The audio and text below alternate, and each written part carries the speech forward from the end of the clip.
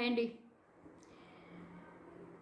So YSR Congress పార్టీలో 5 years ఉన్నానండి. వాళ్ళ ఆఫీసులో అచ్చంగా ఆఫీసులోనే వర్క్ చేసుకుంటూ ఫ్రీగా వర్క్ చేసేదాన్ని. మాటికి చెప్తూ ఉంటాను నేను ఈ విషయం. అయితే నేను చాలా గర్వపడుతుంటాను కూడాను. ఇట్లా వాళ్ళ ఆఫీసులో నేను కూడా ఒక మెంబర్గా ఉన్నందుకు, లేకపోతే వాళ్ళ ఫ్యామిలీలో ఒక మెంబర్గా ఉన్నందుకు, వైఎస్ఆర్ కాంగ్రెస్ పార్టీ ఫ్యామిలీలో ముఖ్యంగా ఎందుకు నేను చాలా ఎక్కువ లైక్ చేస్తూ ఉంటానంటే, జగన్ గారి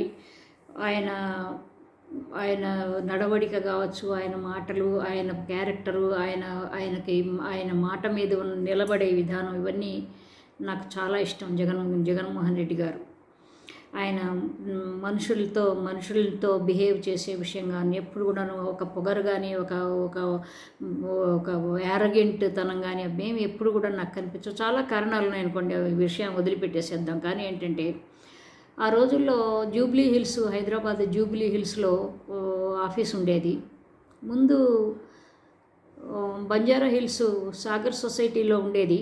అక్కడ కూడాను అందరం కలిసే ఉండేవాళ్ళం. అప్పటికి ఈ ఫ్యాన్ గుర్తు అవేం రాలేదనమాట. వచ్చిన తర్వాత అటు జూబ్లీ హిల్స్ వెళ్ళిపోయాం. వాళ్ళు ఏదో ఒక సపరేట్ బిల్డింగ్ తీసుకుని అన్నీ వాళ్ళ పార్టీకి కావాల్సిన ఎస్టాబ్లిష్మెంట్స్ అవన్నీ అవి చూసుకుంటూ ఉండేవాళ్ళు. అయితే ఆ టైంలో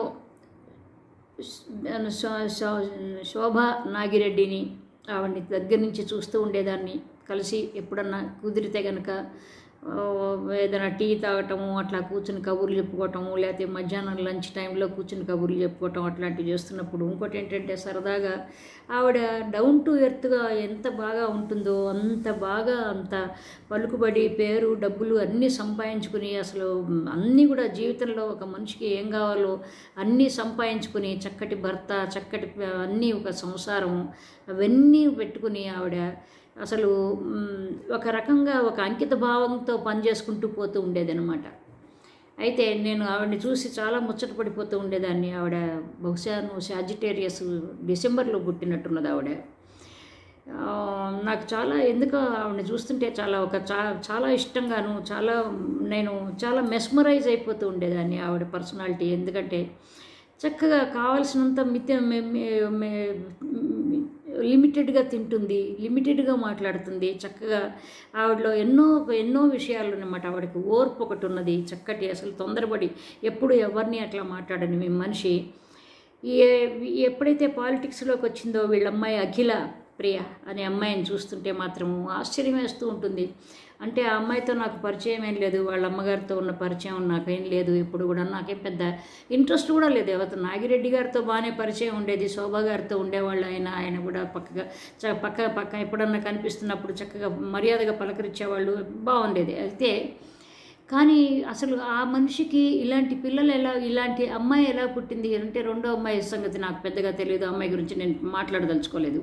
నాకు తెలియని వాళ్ళ గురించి, తెలియని విషయాల గురించి మాట్లాడండి. కాకపోతే ఏంటంటే, ఈ అమ్మాయి పబ్లిక్ పర్సనాలిటీ కాబట్టి, ఈ అమ్మాయి హైదరాబాద్లో కొన్ని ఒక రకమైన యాక్టివిటీస్ చేసి, ఒక రకమైనవి చాలా దుందుడుకు వ్యవహారాలు చేసింది కాబట్టి, అప్పుడు ఆ టైంలో బాగా అందరి నోళ్ళల్లో నలిగిపోయింది కాబట్టి, ఇంకా అట్లాంటివి చాలా ఉన్నాయి అమ్మాయి గురించి చెప్పుకోవాలంటే. ఒక రకంగాను అమ్మాయి అసలు ఆ తల్లికి ఈ కూతురేనా అనిపిస్తుంది. అట్లా అని మరి ఎవరికన్నా కోపం వస్తే నేను ఐఎమ్ సారీ. ఎందుకంటే నేను అలాంటి తల్లిని చూసిన తర్వాత ఆ తల్లికి ఇలాంటి కూతురు ఎలాగూ అసలు సంభవం ఎలా సాధ్యపడుతుంది అనేది. ఎందుకంటే ఇద్దరికి అసలు ఒకళ్ళేమో తూర్పు దిక్కున ఉండేవాళ్ళు, ఒకళ్ళు పడమర దిక్కున ఉండేవాళ్ళు లాంటిది అనమాట. ఒకళ్ళు ఈస్ట్ పోల్ అయితే ఒకళ్ళు వెస్ట్ పోల్ లాగా అనమాట. అట్లాంటి వాళ్ళు అనమాట. ఈ అమ్మాయి నిన్న మాట్లాడుతుంది, రెడ్ బుక్ గురించి మాట్లాడుతుంది. అంటే అసలు ఎంత అంకిత భావంగా పనిచేసిన ఒక తల్లికి పుట్టిన ఆ పిల్ల మాట్లాడిన ఇవి అనిపిస్తుంది అనమాట. ఏదో రెడ్ బుక్, నేను ఎవరిని వదిలిపెట్టను, నేను 100 మంది నా దగ్గర లిస్టులో ఉన్నారు, వాళ్ళల్లో 1-2 మందిని వదిలిపెడతానేమో అంటే ఏం చేస్తారు? ఇప్పుడు ప్రేమతో జయించాలి కానీ అసలు ఆడపిల్లలకి ఇట్లా ఏమీ బాగుండదు. ఇప్పుడు న్యాయం కోసం పోరాటం వేరు, అది వేరే విషయం. కానీ ఏంటంటే అసలు ఒక మనుషులు మగవాడిలాగా ప్రవర్తించటం, మగవాడిలాగా మాట్లాడటం, మగవాడి లాంటి మాటలు, మగవాడు మాట్లాడే మాటలు మాట్లాడటము, ఏదో తొక్క తీస్తా తోలు తీస్తా ఇట్లాంటివన్నీ కూడాను ఏమీ బాగుండవండి. ఇవి అన్నీ చూడటానికి బాగుండదు. అయితేనండి మీరు కూడా తిడతారు కదండి, మరి మిమ్మల్ని అంటే నేను ఒట్టిగా తిట్టను. నాకు నన్ను అనవసరమైన మాటలు మాట్లాడుతుంటే, అనవసరమైన కామెంట్లు చేస్తున్న వాళ్ళని నేను ఊరుకోను. కానీ లేకపోతే అదర్వైజ్ నేను ఐఎమ్ మదర్ టు ఎవ్రీబడి అంటాను నేను. కాబట్టి ఏంటంటే అమ్మాయి ఒకసారి మనం విందాము, చూడండి. ఒక్కొక్కరికి లెక్క చెప్తా అని చెప్పి తీరుతా. నేను ఎవరి మీద నేను ఇది చేయను, నేను అన్ని మంచి పద్ధతిలో పోతాను, నేను చాలా మంచిదాన్ని. దయచేసి అనుకోకండి. మీరు తప్పు చేసింటే భయపడండి, తప్పు చేయకపోతే ప్రశాంతంగా ఉండండి. డెఫినెట్గా నాకు రెడ్ బుక్ ఉంది. రెడ్ బుక్ అంటున్నారు, పెట్టుకున్నా రెడ్ బుక్ నేను కూడా. దాంట్లో మీ పేర్లన్నీ ఉన్నాయి.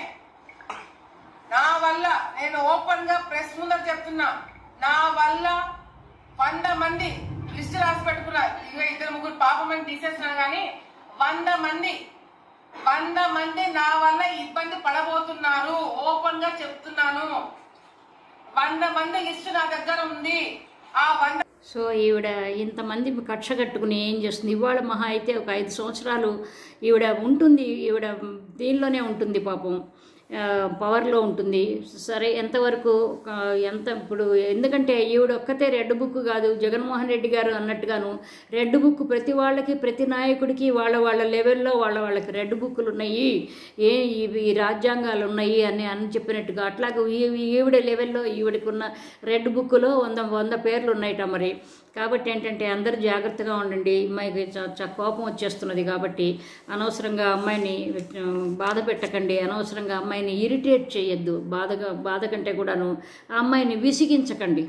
అయితే పాపం ఎందుకంటే అమ్మాయి అసలు భద్రకాళి రూపం ఎత్తుతుందేమో మరి మనకు తెలీదు అసలు. ఎందుకంటే ఎప్పుడైనా సరే ఒక గెలిస్తే రాజకీయాల్లో గనక ఒక ఎమ్మెల్యే కానీ ఒక ప్రజాప్రతినిధిగా గెలిస్తే కనుక ఇదిగో రెడ్ బుక్ కోసమో లేకపోతే వాళ్ళ కక్ష సాధించుకోవటానికి అనేది కొత్త ఒక రకమైన ఒక కాన్సెప్ట్ వచ్చిందనమాట ఆంధ్రప్రదేశ్లో. కాబట్టి ఏంటంటే ఇవన్నీ కూడా చాలా జాగ్రత్తగా ఉండండి.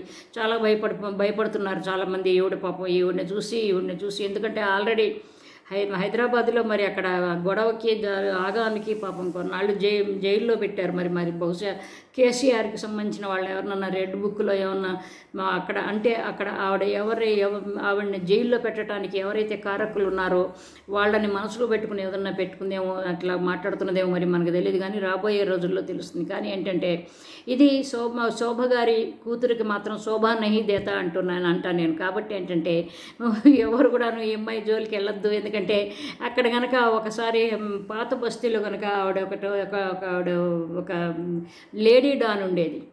ఆ లేడీ డాన్ కూడా ఇట్లాగే మాట్లాడుతూ ఉంటుంది. సరే పూలందేవి మనకందరికీ తెలిసిన విషయమేను. గన్ పట్టుకుని తిరుగుతూ ఉండేది. మరి చేతిలో గన్ పట్టుకు తిరుగుతుందో రేపటి నుంచి, లేకపోతే లేడీ డాన్ లాగా తిరుగుతుందో. ఎప్పుడు కూడాను ఈ అమ్మాయి ముందు చక్కగా అమ్మాయితో పాటు ఎప్పుడు కూడాను చాలామంది కుర్రాళ్ళు చక్కగా అమ్మాయికి ఒక బాడీ గార్డ్స్ లాగానో, లేకపోతే అమ్మాయి చెప్పిన పని చేయటానికి, ఉరకటానికి, ఒక్కసారి జంప్ చేయటానికి రెడీగా ఉంటారన్నమాట. కాబట్టి ఏంటంటే ఈవిడికి ఇబ్బంది పెట్టకూడదు, ఆవిడని అనవసరంగా కదిలించకండి. ఎందుకంటే ఆవిడ మంచిది కాదు. నాకేమి మంచి పేరు రావక్కర్లేదు, నాకేం మంచిదాన్ని కాదు నేనేమి అని చెబుతున్నది. కాబట్టి కొంచెం ఈ 5 సంవత్సరాలు, ఈ 4.5 సంవత్సరాలు కొంచెం బాగుంటే కనుక తర్వాత ఏదన్నా మరి అమ్మాయి కాస్త నిదానిస్తుందో, లేకపోతే లేదు నేను నా చిన్నపిల్లతనంగా ఎందుకు ఇట్లా మాట్లాడాను, మా అమ్మ ఎప్పుడు ఇట్లా మాట్లాడలేదు అని ఏమన్నా ఆలోచన. ఎందుకంటే నిజంగా ఆవిడకి వారసురాలు అయితే, ఆ తల్లికి వారసురాలు అయితే మరి నాగిరెడ్డి గారి గురించి నాకు తెలియదు. ఆయన ఎలాగో జనాలతో తిరిగేవాడా, లేకపోతే జనాల మీదకి వెళ్ళేవాడా, లేకపోతే జనాల మీద ఏమన్నా కవ్వింపు చర్య అవన్నీ మనకు తెలియదు. కానీ ఏంటంటే నా ఈ శోభా నాగిరెడ్డి గురించి మాట్లాడాలంటే మాత్రం ఆవిడ ఎప్పుడు కూడా నాకు తెలిసి మాత్రం నాకు చాలా మంచి ర్యాప ఉండేది. ఎప్పుడు కూడా నాకు తెలిసి మాత్రం ఇట్లాంటి ప్రవర్తన నేను ఎప్పుడు చూడలేదు. కాబట్టి ఏంటంటే ఆ తల్లి మరి ఎంత బాధపడుతున్నదో ఏమో. మరి